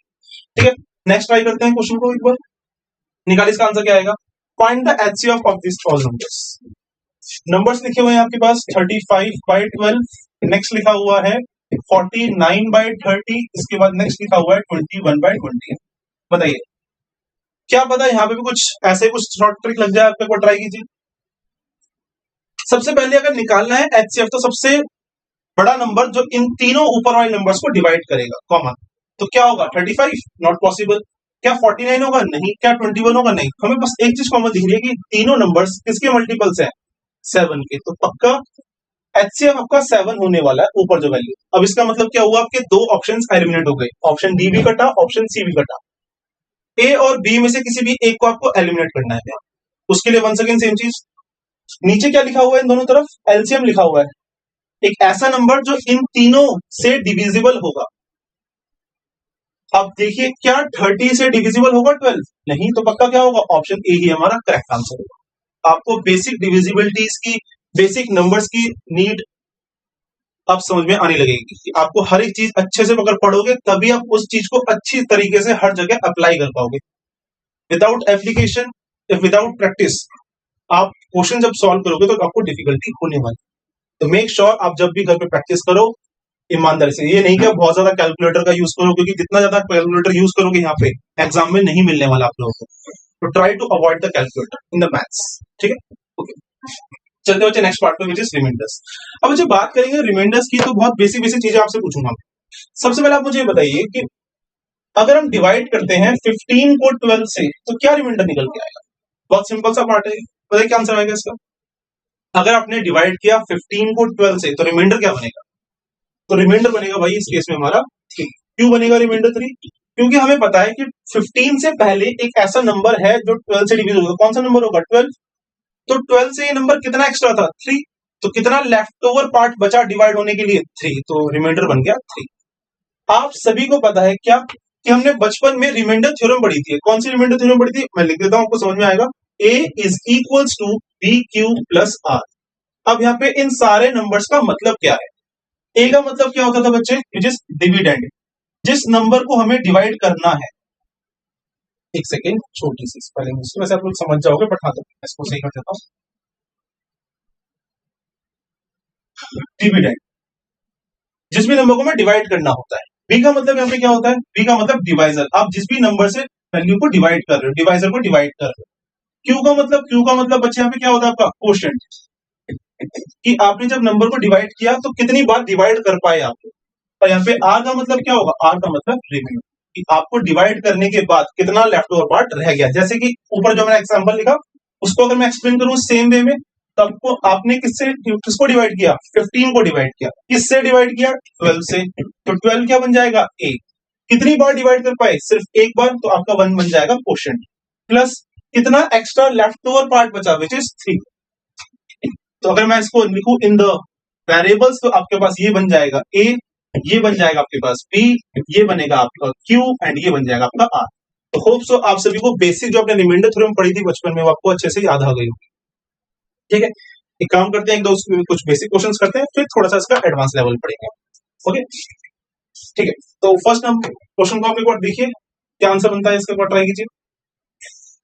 When a number is divided by 121 and the remainder is 25, and if the same number is divided by 11, तो रिमाइंडर क्या बनेगा? एक बार ट्राई कीजिए इस क्वेश्चन को, थोड़ा सा टाइम दीजिए इसे, क्योंकि थोड़ा सा टाइम टेकिंग क्वेश्चन भी है ये इनिशियली अगर आप सॉल्व कर रहे हैं तो। कि जो आपका एक्चुअल नंबर है, क्या है हमारे पास एक्चुअल नंबर भाई? n। इसको आपने किससे डिवाइड किया? 121। तो कुछ आपका क्वेश्चन निकला होगा, क्यों हमें नहीं पता, बट रिमाइंडर पता है। रिमाइंडर कितना है आपके पास? 25। ये आपका एक्चुअल नंबर का सिनेरियो। अब हुआ क्या? इसी सेम नंबर को हमने डिवाइड किया, किससे डिवाइड किया? 11 से। अगर बच्चे मैं सेम नंबर को डिवाइड करूंगा 11 से, तो क्या होगा? 121 का मल्टीपल जो भी होगा 11 से कंप्लीट डिवाइड हो जाएगा, तो रिमेनिंग क्या बचेगा? सिर्फ आपको 25 को 11 से डिवाइड करके रिमाइंडर निकालना है। अगर आप 25 को डिवाइड करते हो 11 से, तो कितने टाइम्स तक डिवाइड कर सकते हो? 2 टाइम्स तक, मतलब कहां तक? 22 तक। इसको मैं बोल सकता हूँ 22 + 3 डिवाइड बाई 11। तो ये तो डिवाइड हो जाएगा, बट क्या होगा? ये लेफ्ट ओवर पार्ट रह जाएगा, और हमारे केस में क्या बन जाएगा आपका? रिमाइंडर बन जाएगा, विच इज 3। तो क्या कोई ऑप्शन 3 है? बिल्कुल, option A is the correct answer. Hope so question number ये वाला टाइम आपको अच्छे समझ में आया होगा। बेसिक रिमाइंडर थ्योरम पे भी हमने क्वेश्चन कर लिया। ठीक है, नेक्स्ट क्वेश्चन की तरफ चलते हैं हम लोग। एक बार ट्राई कीजिए इस क्वेश्चन को भी आप लोग, क्या आंसर निकल के आएगा इसका? सेम क्वेश्चन है, वैल्यू थोड़ी सी चेंज है। एक बार ट्राई कीजिए इस क्वेश्चन को एक बार।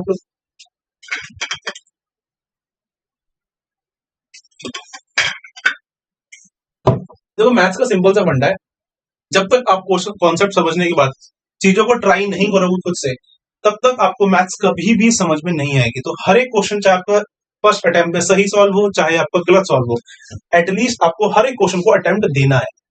क्या पता क्या सॉल्व हो जाए गलती से भी। एक बार ट्राई कीजिए, बताइए क्या आंसर आएगा।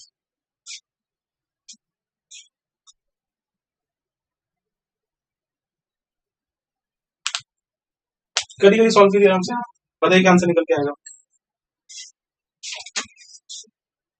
ठीक है, और ट्राई करते हैं, आप लोगों ने करा होगा, हम भी सब ट्राई करते हैं। क्वेश्चन में क्या बोला है? A number divide by 68 gives the quotient of 269। तो इसका मतलब जो नंबर था उसको डिवाइड किया इससे 68 से, तो उसके इसमें क्वोशंट कितना निकला? 269, एंड रिमाइंडर इज 0। इसका मतलब जो नंबर है वो 68 से कंप्लीटली डिविजिबल है। ठीक है, अब बोला क्या है? अगर मैं सेम नंबर को डिवाइड करूं 67 से, तो रिमाइंडर क्या बनेगा?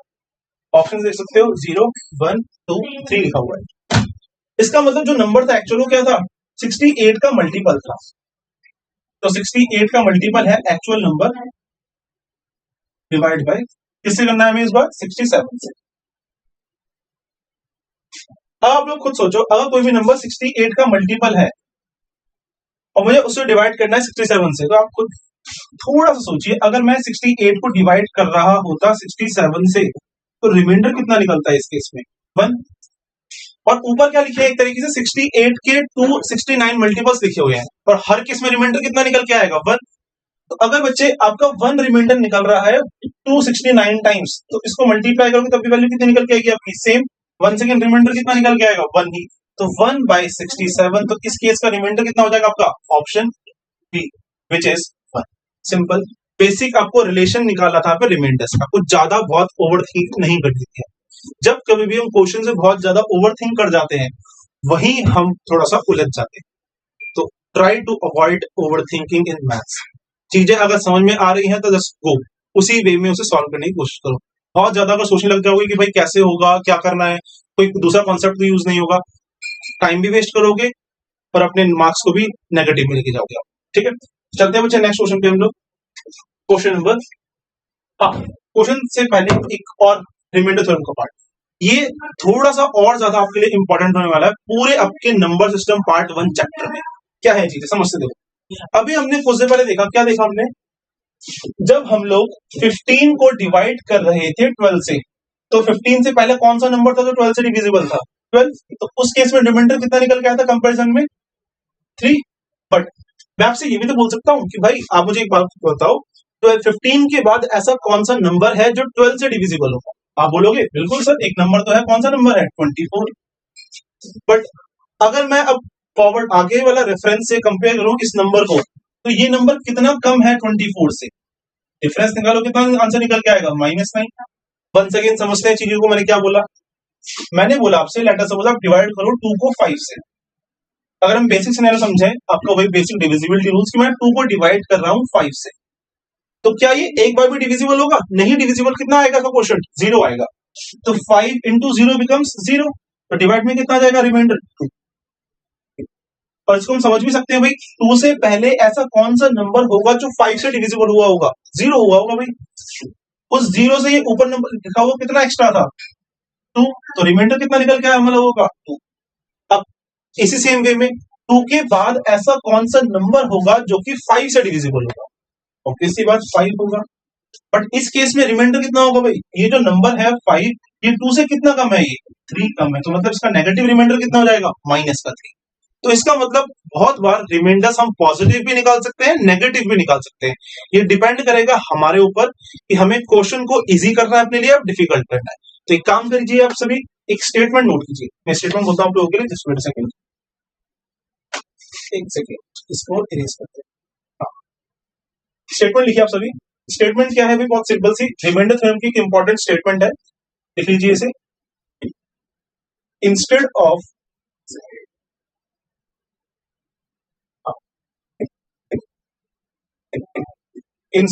numbers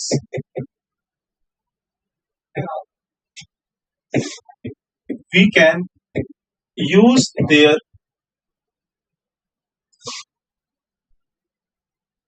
बच्चों को छोटी मोटी स्पेलिंग मिस्टेक आप थोड़ा सा नेग्लेक्ट करना। आप लोग मुझसे मैथ से कॉन्सेप्ट सीखने आए हो, इंग्लिश नहीं सीखना, ठीक है? छोटा मोटा अगर होगा वो लिखने में होगा, फ्लो में, वैसे कुछ जानबूझ के नहीं करूंगा। Instead of numbers we can use their remainders to find the remainders. पहले आप लोग स्टेटमेंट को आराम से लिख लो, फिर समझते हैं जो मैंने स्टेटमेंट लिखी है इसका मतलब क्या है, क्यों लिखी है स्टेटमेंट, कैसे यूज करना है स्टेटमेंट। रिमाइंडर थ्योरम की basic statement, instead of numbers we can use their remainder to find the remainder. कैसे समझते हैं? अब लेट अस सपोज मैं आप लोगों को क्वेश्चन दूं भाई, बोलूं कि आप लोग एक काम करो, क्वेश्चन सॉल्व करो, रिमाइंडर निकालो 4 into 6 डिवाइड बाय 5। इस केस का रिमाइंडर कैसे निकले? आप क्या करोगे बेसिकली, भाई 4 को मल्टीप्लाई किया 6 से, आंसर कितना निकल के आएगा? 24। आप फिर फर्दर एक काम करोगे, 24 को डिवाइड कर दोगे 5 से, रिमाइंडर बन जाएगा 4, फिर 20 तक डिविजिबल होगा। बट व्हाट इफ मैं बोलूं भाई पावर यहाँ पे भी 10 है, पावर यहाँ पे भी 10 है, अब कैसे सॉल्व करोगे? अब तो बहुत कॉम्प्लिकेट हो जाएगा आपके लिए सॉल्व करना। ये वाला पार्ट तो नहीं कर सकते, क्योंकि अगर जैसे आप बेसिक पावर्स वाला कॉन्सेप्ट भी यहाँ पे लगाओगे तो क्या बन जाएगा? 24 की पावर 10, क्योंकि जब पावर इक्वल होती है तो हम बेस को मल्टीप्लाई कर देते हैं, डिवाइड बाय 5। अब क्या सॉल्व करोगे? नंबर बहुत बड़ा हो जाएगा हम लोगों के लिए। इन्हीं सारी कॉम्प्लिकेसी को सिंपल करने के लिए हम स्टेटमेंट का यूज करेंगे। कैसे समझते हैं? अभी कुछ देर पहले हमने समझा था कि जब 2 को डिवाइड कर रहे थे 5 से, तो रिमाइंडर आपके 0 के रेफरेंस से 2 बन रहा था, नेक्स्ट वाले रेफरेंस से -3 बन रहा था। तो हम ऑलवेज एक छोटे रिमाइंडर को अप्रोच करेंगे। यहाँ पे बात करते हैं दो नंबर से आपके पास 4/5। अगर आप 4 को 5 से डिवाइड करोगे तो रिमाइंडर क्या बनेगा? 0 से कंपेयर करो तो प्लस का बनेगा 4। अगर नेक्स्ट नंबर जो 5 से डिविजिबल हो 5, उससे कंपेयर करो तो बनेगा माइनस का। हम ऑलवेज एक छोटे नंबर का यूज करें। अब मैंने क्या किया, 4 की जगह लिखा -1, पावर पे लिखा 10 इंटू 6 को अगर डिवाइड करूं मैं 5 से तो रिमाइंडर कितना बनेगा, बेसिकली 1 बनेगा, छोटा यही बन रहा है, 1 की पावर 10 डिवाइड बाय 5। अभी मैंने क्या किया, जो स्टेटमेंट लिखी है उसका यूज किया कि जो नंबर्स थे 4 एंड 6 उनकी जगह रिमाइंडर्स का यूज किया कि instead of numbers we can use their remainder. किसके लिए, to find the remainder, remainder निकालने के लिए। अब कैलकुलेशन करना बहुत इजी हो जाएगा हम लोगों के लिए कि -1 की पावर है 10 विच इज इवन पावर, तो -1 की पावर अगर 10 है तो इसका आंसर कितना बन जाएगा, 1 इंटू 1 की पावर 10, इसका आंसर कितना बनेगा, 1 डिवाइडेड बाय 5, तो इसका मतलब 1/5 और रिमाइंडर कितना हो जाएगा बच्चे। तो होप सो आप सभी को ये बेसिक क्वेश्चन क्लियर हो चुका होगा रिमाइंडर थ्योरम की तरफ से। One of the important part है आपके पूरे रिमाइंडर्स वाले कॉन्सेप्ट के लिए। आपको ऑलवेज यही सोचना है कि पॉजिटिव में या नेगेटिव में कौन सा नंबर छोटा है, ना कि नेगेटिव या पॉजिटिव का साइन। जो नंबर छोटा होगा कैलकुलेट करने के लिए उतनी ही आपको आसानी होगी इन वाले क्वेश्चंस में। ठीक है, ओके, चलते हैं हम लोग नेक्स्ट क्वेश्चन पे। एक बार आप सभी इस क्वेश्चन को ट्राई कीजिए, बताइए इसका आंसर क्या आएगा। सिमिलर काइंड ऑफ क्वेश्चन हमने जस्ट अभी ट्राई किया है, आप लोग सॉल्व कीजिए, बताइए कितना आंसर मिलता है इसका।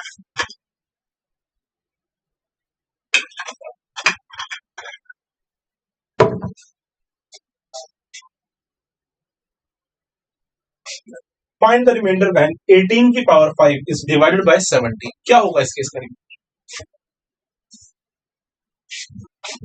वैसे तो बहुत बेसिक सी कहानी है भाई, 18 की पावर पे है 5, डिवाइड करना है 17 से। अब सोच सकते हो आप लोग, भाई 18 को अगर डिवाइड करते 17 से, अगर मैं इसको अलग से लिखूं तो 18 के पहले ऐसा कौन सा नंबर होगा जो 17 से डिविजिबल होगा, 17 इटसेल्फ। ये 17 से कितना एक्स्ट्रा है, 1 एक्स्ट्रा, रिमाइंडर क्या हो जाएगा 1, और पावर पे कितना था 5 डिवाइड बाय 17। मैंने क्या किया, स्टेटमेंट का यूज कि instead of number we can use their remainder, और 1 की पावर 5 की वैल्यू कितनी हो जाएगी, 1 divide by 17 which comes out to be remainder as 1। Clear है, तो इस क्वेश्चन का आंसर क्या हो जाएगा आपका, ऑप्शन बी। ठीक है, चलते हैं नेक्स्ट क्वेश्चन की तरफ, व्हिच इज क्वेश्चन नंबर 13। एक बार इस क्वेश्चन को सॉल्व कीजिए आप लोग, बताइए क्या आंसर आएगा इसका। सिमिलर काइंड ऑफ क्वेश्चन है, बस वैल्यू थोड़ी सी चेंज हो गई। बताइए क्या आंसर मिलेगा इसका आपको।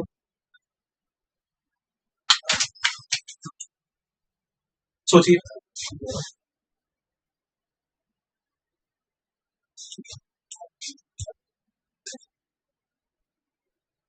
आया कुछ आंसर, चलो ठीक है, हो सकता है कुछ बच्चों का आंसर आ जाएगा, मैच करते हैं आंसर्स को हम लोग। क्वेश्चन में क्या लिखा हुआ है, फाइंड द रिमाइंडर्स व्हेन 16 की पावर 6 इज डिवाइडेड बाय 17। अब यहाँ पे वही सेम चीज कि भाई 16 को अगर डिवाइड करेंगे 17 से, तो 16 से पहले ऐसा कौन सा नंबर है जो 17 से डिविजिबल होगा, भाई 0, सबसे छोटा नंबर क्या होता है 0। उसके बाद ऐसा कौन सा नंबर होगा जो 17 से डिविजिबल होगा, विच इज 17 इटसेल्फ। तो ये जो नंबर है इससे कितना कम है, 1 कम है, और 0 से कंपैरिजन में 16 कितना ज्यादा है, 16 ज्यादा है। आप लोग मुझे खुद बताइए, मैं 16 का पॉजिटिव यूज करूं या फिर नेगेटिव 1 यूज करूं। ऑब्वियसली बात नेगेटिव 1, क्यों, क्योंकि नंबर छोटा है, उसकी पावर जितनी भी होगी सॉल्व करने में उतनी हमें आसानी है। तो हम सिंपल सी -1 की पावर 6 डिवाइड बाय 17। आप खुद बताइए मुझे आज का आउटकम। नेगेटिव की पावर अगर इवन है तो आउटकम क्या आएगा, पॉजिटिव आएगा नेगेटिव आएगा, ऑब्वियसली बात नेगेटिव निकल के, सॉरी पॉजिटिव निकल के आएगा। तो 1 की power 6 is 1 divide by 17, once again remainder is 1। अब बहुत सारे बच्चों के मन में ये चल रहा होगा, हम तो तुक्काबाजी सीख गए हैं, ऐसे सारे क्वेश्चन हम लोग रिमाइंडर्स वाले में आंसर 1 ही टिक कर देंगे। क्यों, क्योंकि मोस्टली जितने भी अपने क्वेश्चन सॉल्व किए उसका आंसर कितना निकल के आया, 1। बट ऐसा कभी भी जरूरी नहीं है। जैसे कि हम एक क्वेश्चन करते हैं, नेक्स्ट वो ट्राई करते हैं, नेक्स्ट क्वेश्चन को, इसका आंसर बताइए क्या आएगा। वो ट्राई कीजिए इस क्वेश्चन को आपको। सबसे ज्यादा मैथ्स में जरूरी है क्वेश्चन प्रैक्टिस। जब तक आप क्वेश्चन प्रैक्टिस की हैबिट नहीं डालोगे, जब तक बच्चे आप सभी का मैथ्स का स्कोर और मैथ्स आपकी इंप्रूव नहीं हो सकती। तो बी हैबिचुअल ऑफ दैट। जितनी ज्यादा हैबिट डालोगे मैथ्स करने की, जितनी ज्यादा प्रैक्टिस करोगे, उतना ही ज्यादा आप लोगों के लिए इंपॉर्टेंट है। ठीक है, बताइए क्या आंसर आएगा इसका।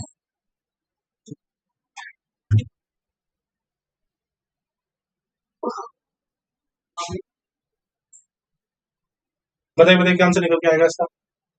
ठीक है, एक बार ट्राई करते हैं सभी साथ में हम लोग। ये लिखा हुआ है 67 की पावर पे 67 प्लस 67 डिवाइड बाय 68। अब यहाँ पे आपको नंबर्स को ब्रेक करके सॉल्व भी कर सकते हो, करना चाहो तो। भाई 67 को 68 से डिवाइड करो। अब देखो बार बार आपके लिए मैं वो नहीं लिखूंगा, डायग्राम इधर उधर वाला बनाऊंगा, सिंपल सा देखो 67 68 के कंपैरिजन में ज्यादा है या कम है? कम है। कितना कम है? एक कम, तो रिमाइंडर क्या हो जाएगा? माइनस का 1। पावर पे कितना आएगा? 67 प्लस 67 डिवाइडेड बाय 68। नेगेटिव की पावर अगर ऑड होगी, मतलब नेगेटिव को अगर हम ऑड टाइम्स मल्टीप्लाई करते हैं तो आंसर क्या बनता है? पॉजिटिव या नेगेटिव? ऑब्वियस सी बात नेगेटिव।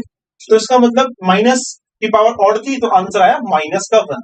प्लस में कितना था हमारे पास? 67 डिवाइडेड बाय 68। तो अगर बच्चा -1 प्लस 67 करोगे तो उसका रिजल्ट क्या बनेगा? 66 विच इज डिवाइडेड बाय 68। इस केस में आपका रिमाइंडर क्या बनेगा? अब देखो यहाँ पे दो रिमाइंडर्स बन सकते हैं, 0 से कंपैरिजन करोगे तो प्लस का 66, 68 से कंपेयर करोगे तो माइनस का 2, बट फाइनल आंसर हमारा ऑलवेज पॉजिटिव होता है।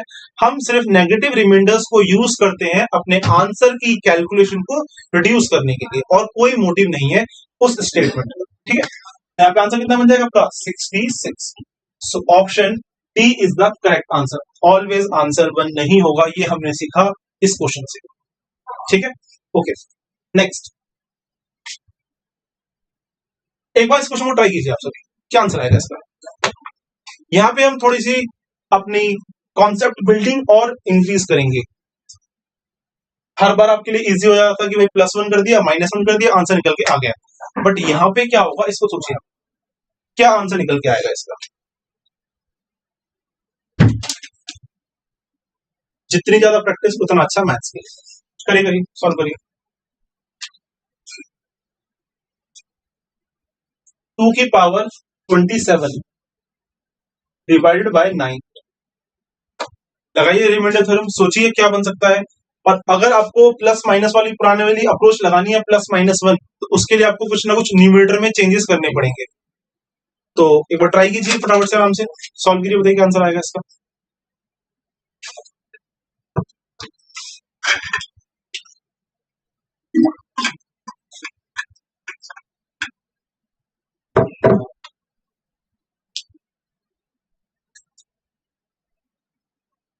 चलिए ठीक है, हो सकता है कि बहुत बच्चों को किसको समझ में आया हो सकता है किसी ने अप्रोच सोच तो लियो बट अप्लाई नहीं कर पा रहा हो, भाई +-1 बनेगा कैसे। अब देखो उसको समझते हैं हम लोग। अब आप खुद सोचो, अगर मुझे वापस से यहाँ पे +-1 वाली अप्रोच लगानी पड़ती तो ऊपर एक ऐसा नंबर होना चाहिए था जो 9 के मल्टीपल, 9 के आसपास का नंबर हो गई। अब खुद थोड़ा तसल्ली से सोचो, 9 के आसपास उसके नेबरहुड में ऐसा कौन सा नंबर है जो 2 का पावर्स के थ्रू बना सकते हैं। क्या 10 बन सकता है कभी 2 की पावर्स के थ्रू? नहीं। 9 से पहले सोचो, क्या 8 बन सकता है 2 की पावर्स के थ्रू? बिल्कुल बन सकता है। कितनी पावर होनी चाहिए उसके लिए? 2 की 3 पावर। तो एक काम करते हैं, पावर्स को ब्रेक करते हैं। क्या मैं इस 2 की पावर 27 को 2 की पावर 3 इंटू में 9 बोल सकता हूं क्या? बिल्कुल बोल सकता हूं, क्योंकि वैल्यू क्या रहेगी? Remains same. डिवाइड में क्या चला था हमारे पास? 9। अब 2 की पावर 3 का मतलब क्या हो गया यहाँ पे हमारे लिए? 8। तो 8, और पावर कितनी है इसकी? 9 पावर है 9 डिवाइडेड बाय 9। 1 सेकेंड, कहीं ना कहीं उसी हम पुराने घिसे पिटे कॉन्सेप्ट पे आ गए, जहाँ पे हम +1 -1 से कर देते थे। अब ये नंबर है, अगर मैं बात करूं 8, तो ये ज्यादा है या कम है 9 से? 9 से कम है। कितना कम है? 1 कम। तो रिमाइंडर कितना हो गया? माइनस का 1। पावर पे कितना है इसके? 9 डिवाइडेड बाय 9। अब एक छोटा सा नया कॉन्सेप्ट सीखेंगे इसके साथ हम लोग।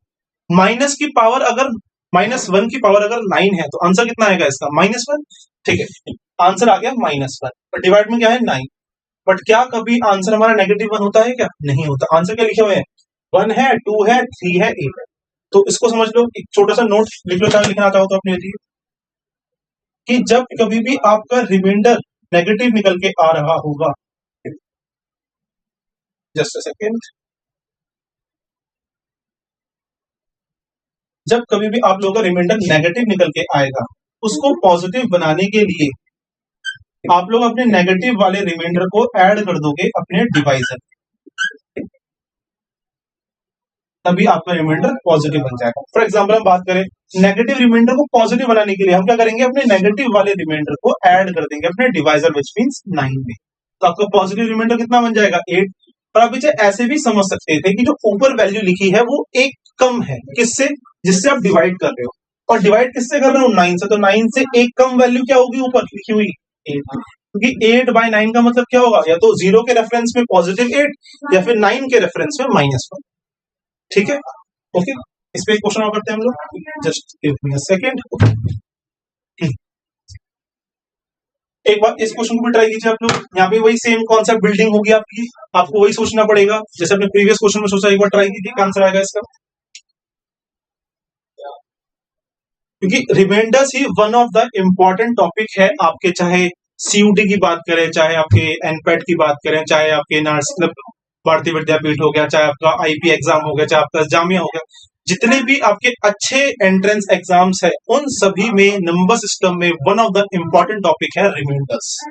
तो जितना अच्छे से आप रिमाइंडर्स को पढ़ लोगे उतना ही ज्यादा आप लोगों के लिए इजी हो जाएगा किसी भी एग्जाम को आराम से क्लियर करना उसमें नंबर सिस्टम।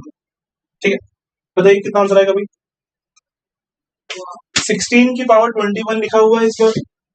तो सबसे पहले तो जितना सिंप्लीफाई हो सकता है उतना सिंप्लीफाई खुद से ही कर लो आप लोग।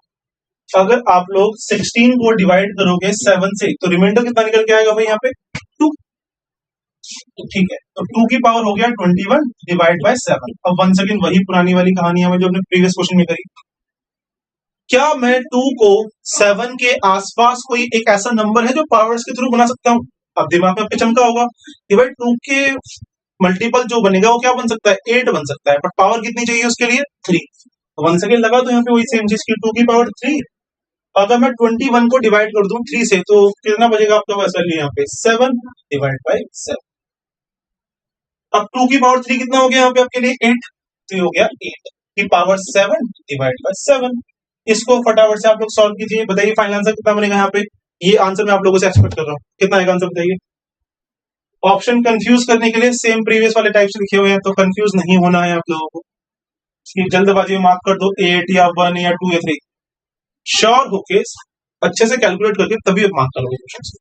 तो 8 को अगर डिवाइड करोगे 7 से तो 8 ज्यादा है या कम है, ज्यादा है। कितना ज्यादा है 1, तो पॉजिटिव का 1 रहेगा पावर पे 7 डिवाइड बाय 7। तो 1 की पावर 7 कितना हो जाएगा 1 डिवाइड बाय 7, रिमाइंडर कितना हो जाएगा 1, which means option A is the correct answer question number 15 of the class exercise। तो होप्स आपको ये भी अच्छे से क्लियर होगा। ठीक है, ओके। इसके बाद एक काम करते हैं हम लोग, इसको करने से पहले हम एक 2-3 नोट्स लिखते हैं जो कि इंपॉर्टेंट होने वाले हैं हमारे रिमाइंडर्स वाले क्वेश्चन में भी, जो बहुत बार डायरेक्टली पूछे जा सकते हैं आपको। बस इसी स्टेटमेंट में लिखते हैं हम लोग।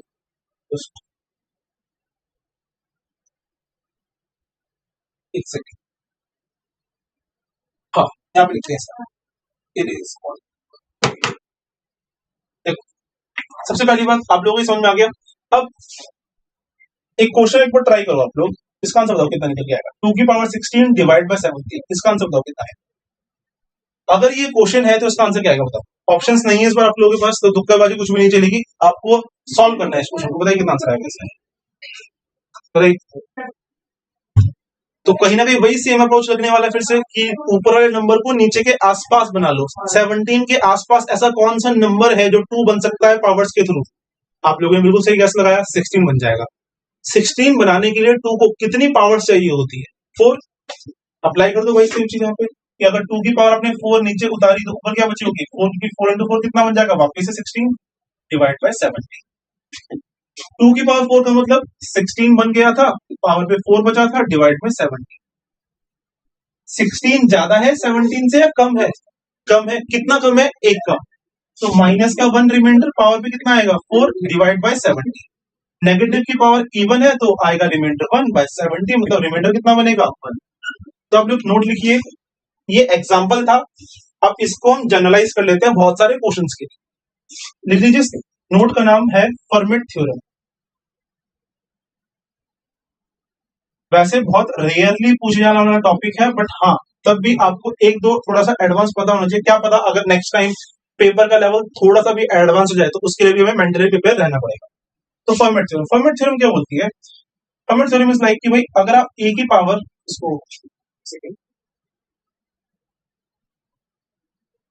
अगर आप ए की पावर p -1 को डिवाइड करेंगे p से, तो इस केस में आपका रिमाइंडर निकल के आएगा 1। और यहाँ पे ये a और p क्या है इसको मैं लिख देता हूँ। यहाँ पे बच्चे a एंड p आपस में को प्राइम्स नंबर है, को प्राइम्स आपस में, ये दोनों का कॉमन फैक्टर ऑलवेज 1 होना चाहिए। नेक्स्ट यहाँ पे p क्या है, p यहाँ पे एक प्राइम नंबर है और ए यहाँ पे कुछ भी हो सकता है, कुछ भी। तो आप लोग देखो, जो अभी हमने प्रीवियस क्वेश्चन सॉल्व किया, इसको मैं ये बोल सकता था कि 2 की पावर पे 17 माइनस 1 अपॉन में 17 सेम नंबर वैल्यू लिखा हुआ है। और यहाँ पे हम ये भी ऑब्जर्व कर सकते हैं 2 एंड 17 दोनों प्राइम नंबर है, तो दोनों आपस में पक्का क्या होंगे, को प्राइम होंगे ही होंगे। तो इस केस का आंसर हम जनरलाइज तरीके से भी निकाल सकते थे। रिमाइंडर कितना निकल के आएगा 1। और उसके लिए हमने कॉन्सेप्ट भी पढ़ लिया कि भाई जनरल वे ये है करने का, बट हाँ ऐसे भी हम लोग अप्रोच कर सकते थे। तो क्वेश्चन की प्रैक्टिस भी हो गई, एक कॉन्सेप्ट भी आप लोगों को समझ में आ गया, जिसमें इज फॉर्मेटिव। ठीक है, ओके। नेक्स्ट नोट लिखिए, 2 छोटे से और थोड़ी सी इंपॉर्टेंट बात बन जाता है आप लोगों के लिए। ये क्या नोट्स है भाई, ये है लेट अस सपोज, अगर कभी लिखा हुआ है आप लोगों के लिए कि a की पावर n माइनस b की पावर n, ये किससे डिविजिबल होगा? ये डिविजिबल होगा बच्चे a माइनस b से। कब? जब ये डिविजिबल होगा, divisible by a minus b, कब? जब आपकी n की वैल्यू यहाँ पे एक इवन हो या तो आपकी वैल्यू ऑड। फॉर एग्जाम्पल आप सभी को पता है a square minus B square, इस केस को आप क्या बोल सकते हो, a minus B and a plus B. Relate करने के लिए और याद करने के लिए इजी रहेगा, मैं सबसे बता रहा हूं आपको। a square minus B square था, इसका मतलब ये a माइनस बी और a प्लस बी में से बोल सकते हैं मल्टीपल्स, तो पक्का क्या होगा, a माइनस बी से भी डिविजिबल, a प्लस बी से भी डिविजिबल। तो वही वाली बात, जब पावर होगी आपकी a की पावर n माइनस b की पावर n, तो ये a minus be even and odd दोनों से डिविजिबल होगा जब n की वैल्यू क्या होगी, इवन या ऑड। इसको हम क्रॉस वेरीफाई कर लेते हैं, एक एग्जांपल लेते हैं, इसको लेके जाने देते हैं। हाँ, नेक्स्ट, अगर मैं बोलूं a की पावर n माइनस b की पावर n, बट यहाँ पे लगा दूं प्लस, तो ये किस चीज के लिए होगा, ये सिर्फ डिविजिबल होगा a प्लस बी से। कब? Divisible by a plus B, कब? जब यहाँ पे n की वैल्यू ऑड होगी, तब, सिर्फ तभी डिविजिबल। ठीक है, अगर हम बात करें a की पावर n प्लस b की पावर n, क्या ये कभी डिविजिबल होगा a माइनस बी से? कभी डिविजिबल नहीं होगा। तो ये कॉन्सेप्ट्स हैं कुछ, ये आप लोग आराम से तसल्ली से लिख सकते हैं। ठीक है, यहाँ पे ऊपर थोड़ा सा चेंज कर लीजिए, एक छोटा सा change, just give me a second. a की पावर n माइनस बी की पावर डिविजिबल होगा a माइनस बी से भी, एंड ये एग्जांपल लिखा है ऊपर, नोट नहीं किया, एंड a प्लस बी से, कब? जब n की वैल्यू एक इवन है, इस केस में। तो ये 3 चीजें हैं आपके लिए, ये प्लस माइनस दोनों केस में डिविजिबल होगा। नेक्स्ट, ये वाला कॉन्सेप्ट सिर्फ n की वैल्यू ऑड के लिए डिविजिबल होगा, जब n की वैल्यू ऑड होगी। तो और हम बात कर सकते हैं यहाँ पे माइनस के लिए, हम लिखेंगे। ठीक है, तो इन दोनों चीजों को लिख लेना आप लोग। इसमें भी एक क्वेश्चन आप लोगों को होमवर्क दे देता हूं, ताकि आप लोग ये ना कि आपने बस कॉन्सेप्ट देख लिया बट कोई क्वेश्चन नहीं किया। आप सभी चाहो तो अच्छे से स्क्रीनशॉट ले सकते हो इसका। ठीक है, तो क्वेश्चन आप लोगों के लिए, क्वेश्चन क्या हम लोगों के लिए भाई, क्वेश्चन है आप लोगों के लिए, लेट अस सपोज इफ 5 की पावर 48 प्लस 7 की पावर 48 is divided by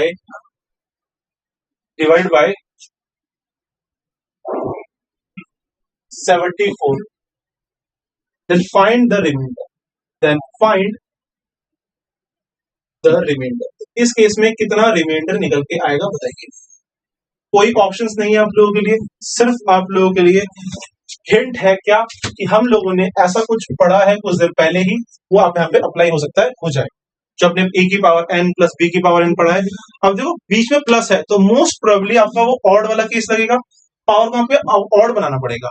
अब क्या ये इवन के लिए पॉसिबल है, तो ये आपको चेक करना पड़ेगा। उसके लिए भी आपको एक हिंट दे देता हूं। अगर हम बात करें a cube plus B cube के लिए, तो इसको हम बोल सकते हैं a प्लस बी ब्रैकेट में a square minus A B plus B square. तो इसका मतलब अगर a की पावर n प्लस b की पावर n है, where n is a odd number, तो पक्का डिविजिबल होगा a प्लस b से। सिमिलरली याद रखने के लिए एक और चीज, कि a की पावर क्यूब माइनस b का क्यूब, a माइनस बी हम इसे बोल सकते हैं, और a square plus A B plus B square. तो अगर पावर आपकी ऑड है और बीच में नेगेटिव है, तो ये नेगेटिव से डिविजिबल है। तो इन दोनों में से कोई सा भी एक रूल ही आपके लिए यहाँ पे एप्लीकेबल होगा इस वाले क्वेश्चन में। आपको सारे डिविजिबल रूल्स मैंने लिखवा दिए हैं, आपको सारे रिमाइंडर्स के जो मेन कॉन्सेप्ट थे वो मैंने आपको लिखवा दिए हैं। नेक्स्ट हम लास्ट के 2-3 क्वेश्चंस को डिस्कस करते हैं, फिर आराम से अपनी क्लास में, ठीक है। ओके, ये हो गया हम लोगों का, ठीक है, ये वाला हो गया। उसके बाद नेक्स्ट ये वाला क्वेश्चन आप सभी सॉल्व कीजिए। क्वेश्चन नंबर 10 एक बार ट्राई कीजिए अभी, बताइए क्या आंसर आएगा आप लोगों का।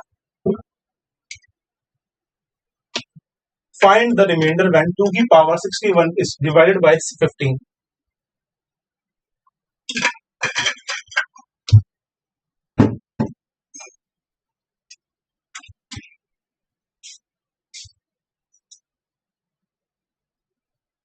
बताइए क्या रिमाइंडर होगा इसका। कहीं ना कहीं वही सेम अप्रोच आपकी लगने वाली है इस बार वंस अगेन, कि आपको जो नंबर दे रखा है ऊपर वो आपको 15 के आसपास कोई ऐसा मल्टीपल है वो बनाना पड़ेगा। तो उसके लिए सोचिए क्या बन सकता है यहाँ पे।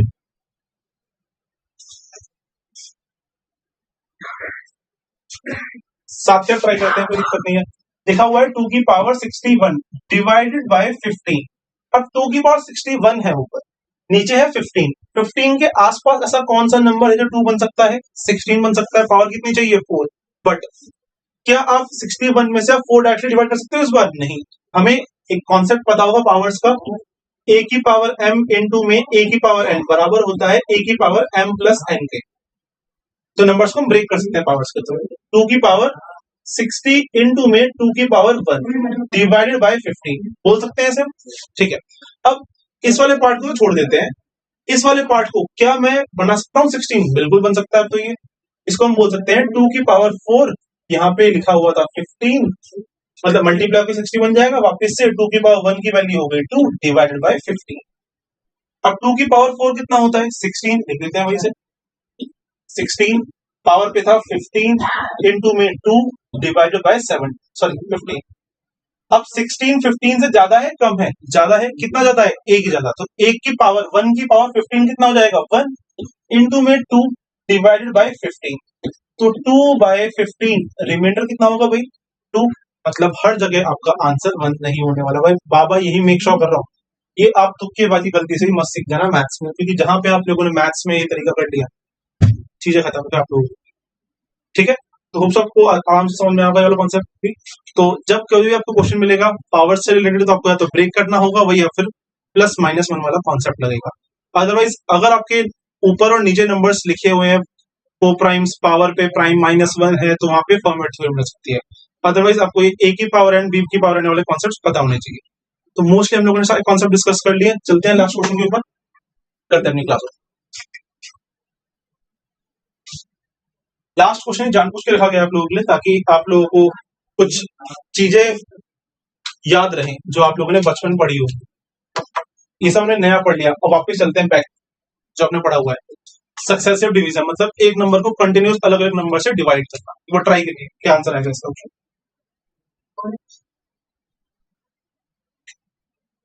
A number is successively divided by 3, 5 and 8 leaves a remainder of 1, 4, 7 respectively.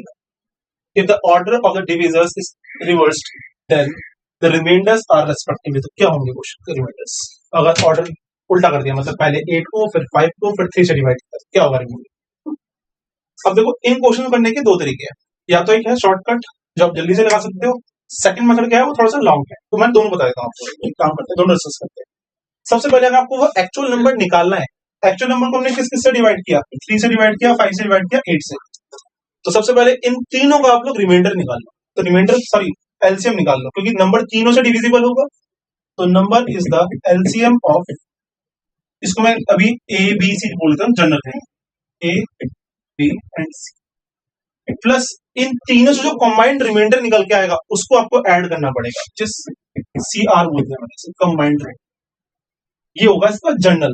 अब कंबाइंड रिमाइंडर निकालने का सिंपल तरीका क्या बनेगा, देखो सिंपल, किस किस से डिवाइड किया आपने, 3 से, 5 से एंड 8 से।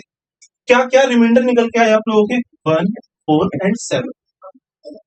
कंबाइंड रिमाइंडर निकालने का शॉर्टकट वे क्या बनेगा, देखो इस वाले पार्ट को नेगलेक्ट करो, इसको हटा दो, इसको मल्टीप्लाई करो 5 से, मल्टीप्लाई कितना आएगा 35, ये वाला पार्ट कर दो प्लस, तो 35 प्लस 4 कितना होगा 39। सेम प्रोसेस रिपीट कर दो, 39 को इंटू 3, 39 इंटू 3 कितना हो जाएगा आपके पास 40 इंटू 3 117।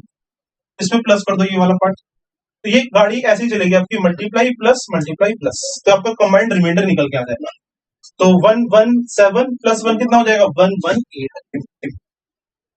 ये आपका कंबाइंड रिमाइंडर होगा। अब देखो इसको क्वेश्चन करने के दो तरीके, या तो आप लोग एलसीएम निकाल लो एबीसी का, तो 3 5 8 का एलसीएम क्या होगा 5 और 8 का कॉमन मल्टीपल कौन सा होगा 40, बट 40 3 से डिविजिबल नहीं होगा, तो 40 इंटू 3 कितना हो जाएगा 120।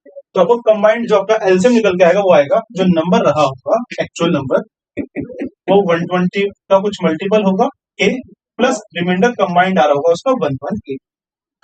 अगर आप उस सेम नंबर को रिवर्स ऑर्डर में वापस से डिवाइड करोगे तो 358 से तो डायरेक्टली डिविजिबल होगा ये, तो हमें क्या करना है सिर्फ 118 को डिवाइड करना है 853 से। तो सबसे पहले आप इसे 8 से डिवाइड कर लीजिए। अगर बच्चे आप इस नंबर को 8 से डिवाइड करेंगे तो सबसे पहले हम बात करें यहाँ पे क्या रिमाइंडर निकलेगा भाई, 8 से डिवाइड कर चेक कर लो, या फिर एक काम करते हैं जगह थोड़ी सी कम है इसको डिवाइड करते हैं ताकि आपको भी समझ में डिवाइड कैसे हुआ। 8 से सबसे पहले डिवाइड करो, तो यहाँ पे कितना बन जाएगा आपके लिए 1, यहाँ पे 1, यहाँ पे कितना बचेगा आपके पास 3 और एक सेकंड क्या लिख दिया मैंने, जस्ट अ सेकंड। हम 118 को डिवाइड कर रहे हैं सबसे पहले 8 से। 8 से अगर बच्चे डिवाइड करोगे तो कितना बन जाएगा ये 8, तो रिमाइंडर कितना बचेगा इस केस में 3, यहाँ पे आ जाएगा 1, फिर रिमाइंडर कितना बचेगा 3 और 8 आ गया आपके पास, तो कितना टाइम से डिविजिबल होगा 4, यहाँ पे कितना आ जाएगा 32, तो रिमेनिंग बचेगा आपका 6। ठीक है, अब जो सेकंड वाला पार्ट है उसको किससे डिवाइड करोगे 5 से, तो आप 14 को डिवाइड करोगे 5 से,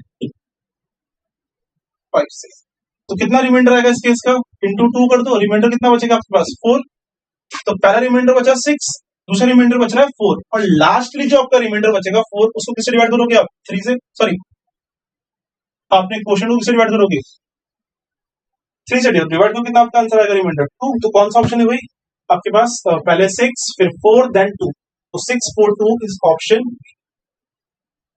ठीक है, तो कंबाइंड रिमाइंडर निकालना बहुत सिंपल था हम लोगों के लिए, हमने कुछ नहीं किया था, बस 3 5 8 लिखा था, यहाँ पे उनके रिमाइंडर्स लिखे थे, इसको नेग्लेक्ट किया था, मल्टीप्लाई प्लस मल्टीप्लाई प्लस, इससे आपको कंबाइंड रिमाइंडर, और उसको आप डायरेक्टली सॉल्व करो, आपको अलग से वापस से एलसीएम लेके सॉल्व करने की बिल्कुल भी जरूरत नहीं है ऐसे टाइप ऑफ क्वेश्चंस। ठीक है, होप्स आप सभी को बच्चे क्वेश्चन नंबर 7 भी अच्छे से क्लियर हो गया होगा।